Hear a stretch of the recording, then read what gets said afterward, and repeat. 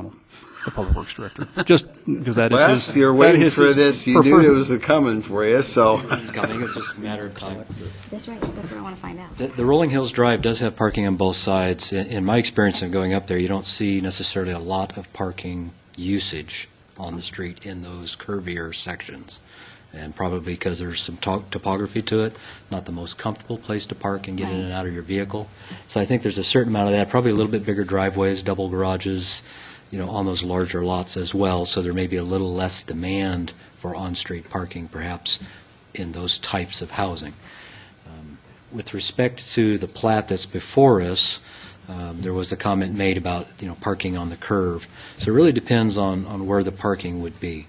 If we were going to look at parking, say, on one side, perhaps the north side along the frontage of the neighborhood commercial, where there really would only be the one driveway, presumably, going into that lot, you'd have some opportunity on what's a small straight section of roadway to include parking if you widen the street in that area. You might only pick up 4 to 6 stalls in that stretch, depending on where the entrance is to the neighborhood business. Once you get past that, you are into the curves. You're also into multiple driveways for all those twin houses on around the corner. So probably that location would be the best if on-street parking was to be considered. In order to do that, on one side of the street, they would need to widen the right-of-way by 5 feet. And then that, in combination with using some of the planter strip, gets you the 9 feet of additional space for that parking lane. So that would give you, like say, 4, 5, maybe 6 stalls, depending on how it's laid out. An alternative to that was mentioned was, could there be added parking on the neighborhood business parcel that is dedicated to use of the neighborhood? Certainly that, I think there's potential for that. And maybe that's where Councilman Becky was going. Obviously, there's some challenges with that. Do you park a mobile home there for months at a time, or motor home, excuse me? How do you sign it? How do you regulate it? Those types of things. We do not regulate private parking on private parcels. So if somebody wants to park a car on their property for an extended period, that's fine. Okay. John. Thank you. Les, following up on that, down off Jackson Street, we've got a couple of fairly new parking lots, and they've got signs that say, essentially, we will remove your car at your expense. Is that something that the Moscow City or the police have to be involved with? Or as an owner of a piece of property, can you call one of the towing companies and say, this car's been here for 3 days? Sir, let me start. I believe this. Want it gone. I believe the parking lots you're referring to are all privately held.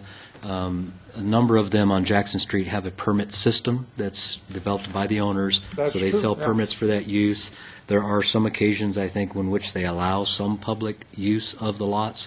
When it comes to the actual enforcement, I'll let our city attorney address that, please. And when it comes to the enforcement part, the city does not tow from private parking lots. It's a private property. That's a private issue between the individual who's parked their vehicle there and that private property owner. The only way to be able to control parking is if you required development agreement, in the development agreement condition that they provide parking, that they would not tow it. It'd have to be part of that agreement. Okay. Walter. Okay, let's try to move this along a little bit. I'm in agreement with Art that I believe going to the greater density for low-income housing is a good idea. I first heard about this property in 2005 when it came before the Transportation Commission with the original platting. And my thought at that time was, as a former developer of subdivisions in Moscow, I was really glad I didn't own this. It is a hard piece of property to do anything with, as we can see from the multiple failed plats that have been put forward.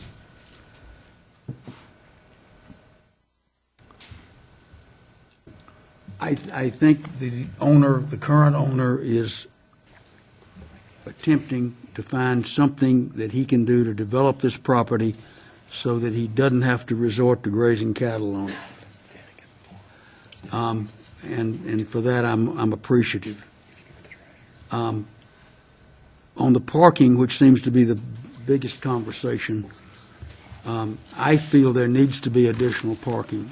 I don't know that the city council should sit here and dictate exactly how that is accomplished, although, Bill, I think that possibly, if we get the motion correct, we can direct that additional parking be created, whether it be agreements on the commercial area, whether it be 20-foot additional setbacks on the houses to be able to get double-stacked cars in the drives and not on the sidewalk, or whether it be bump outs with some 6 or 8 places of parking along the so-called commercial area, as Les has talked about.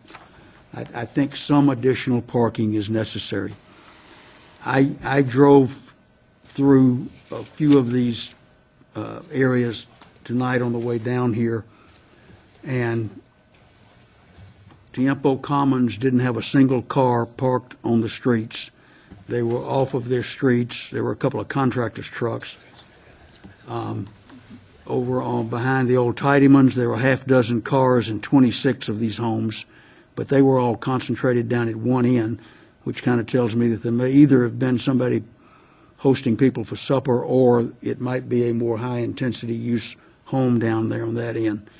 I understand about the comments about parking on Polk. I see it all the time, but I'm not so sure that the people that would own these houses are the same people that currently own those homes over on Polk just south of Rodeo. So I would like to see some additional parking created in some fashion. Regarding the commercial, if you'll allow me a personal comment, I own a home in Meridian in a small lot, not twin home, but small lot subdivision that has adjacent to it a neighborhood business. Whether you call it a strip mall or not, I'm not sure. It has a Papa Murphy's Pizza, used to be a coffee shop. It has a exercise facility. It has a 4-star plus restaurant that Matt Damon flies into Boise from California to eat. Oh, God. It has a sports bar that is being created at this time. I'm looking forward to being able to going over there and watching football games.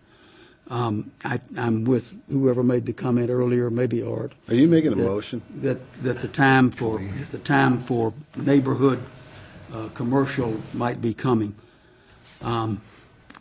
So if the mayor wants a motion, I would like. I won't do it because I see another council member that wanted to speak, Mayor. Okay, Jim. In general, I don't have any problem with the comprehensive plan change or the rezone if we're going to move this along. The problem is with the parking issue and the plat.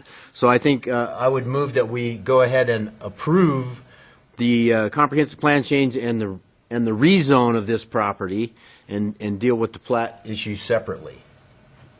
Would that be 2 separate motions? Well, We'll have to we'll do have one to, at a time, but- each one of them is going to have a different motion. The comprehensive plan amendment's going to have one. If that passes them and you go to the rezone, that includes an ordinance, and then you go on to the preliminary plat.